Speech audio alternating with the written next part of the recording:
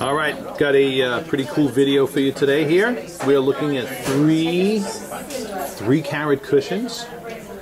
All of them in the H and I color range. The first one that we're looking at, a little over 3 carats, and an IVS2 modern faceted cushion. All right, slightly rectangular.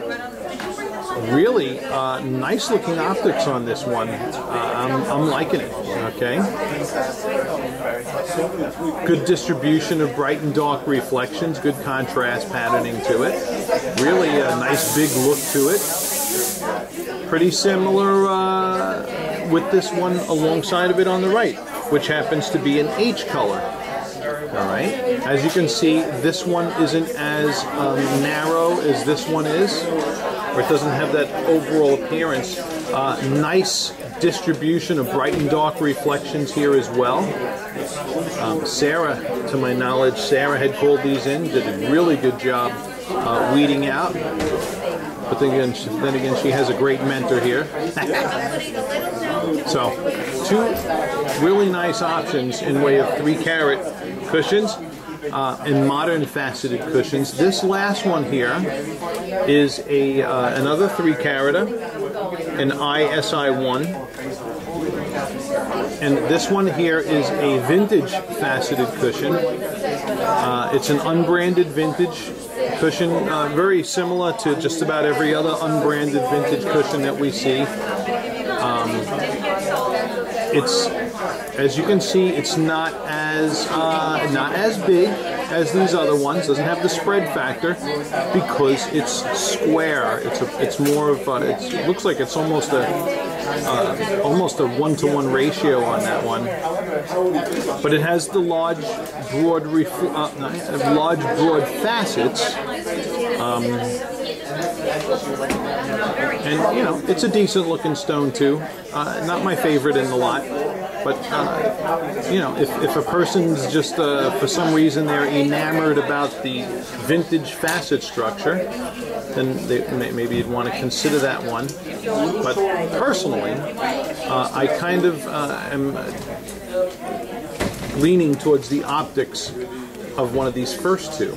Okay, if we're talking about sheer brightness and fire, and we're going to look at the fire next, I might be steered to one of the first two. But and don't get me wrong, I'm not saying this one's a dog. It's not. It's absolutely not.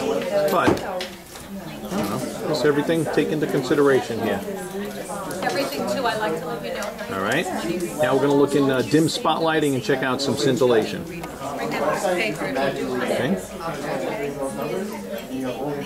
Wow. Okay, and you know, of the first 2 diamonds there, I'm just gonna, you know, tell it like it is here. That second one grabs me more. All right, so I'm kind of liking that second one a little bit better. Right here on that first one, that light you see coming off the table facet, that's glare, as opposed to that reflection you see is coming from the interior of the diamond. And if you know my videos and what I'm looking for, I like internal reflections. All diamonds can give you glare. But this one does, to its credit though, this one does have some good internal reflection also. I just can't be confused with that glare factor though. Alright. And then lastly, here is the vintage. I want to get that vintage in a place where I'm not getting any, we're not getting any glare or external reflection. And that is right there, the true sparkle of that unbranded vintage. Okay? Hot diggity. So, my instincts, even under diffuse lighting, was steering me right.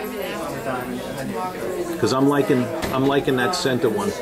All right. But what we're going to do now, we're going to look at it under strong spotlighting now. Stronger spotlight, my spotlighting on steroids. Let's look there. But you know me, I'm always going to place heavier weight on diffuse lighting and natural daylight. So we're going to get those there too. Okay. Wow, wow, wow. Okay. Looking good. You know, this first one, you know, I got more spotlights involved now. But that first one that one's looking good. That first one's looking good in this spotlighting too. So, both of them, yeah, well, they're all lighting up more now, of course, because there's more light involved. But, okay, in this stronger spotlighting, okay, I got more lights involved, and now I'm kind of like in this one, in the stronger spotlighting. I'm getting a more even dispersion of fire around, you know, around the upper portion of the diamond and the lower portion. But I'm getting those strong, look at the strong flashes in that one happening there too. So number 2 I haven't ruled out. Number 3 kind of just got bumped up in the review here. You know, oh, okay, see, we're getting some broad reflection right there in this vintage cushion. You got the infinity symbol. So, which I like to see. But,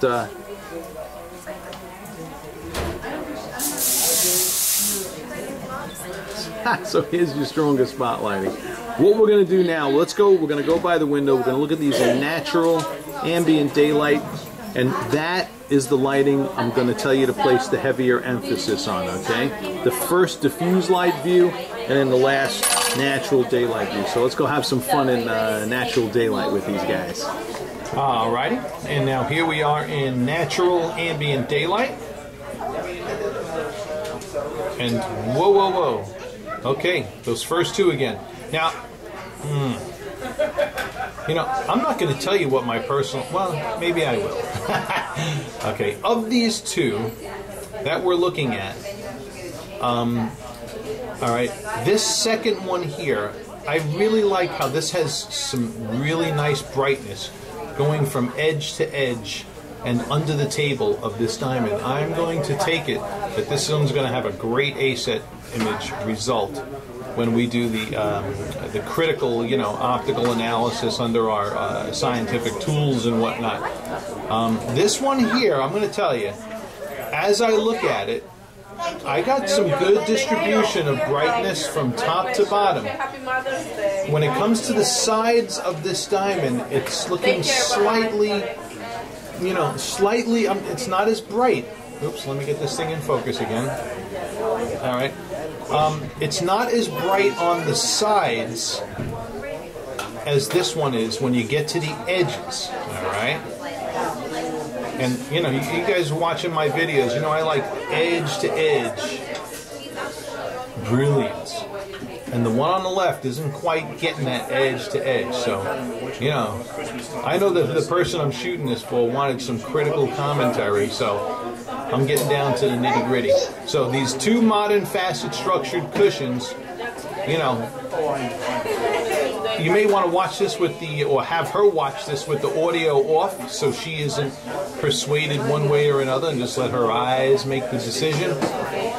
But, because there are certain aspects about this that are pretty also. But between the 2, I think I would side with the one on the right. Might be my preference between these 2. All right, let's bring up that vintage cushion now and wrap this video up. Let's see how it compares to the second one now. Alrighty, and last but not least, here is the vintage. Alright, so we're getting, good, we're getting some facets lighting up under the table on the vintage there. Okay.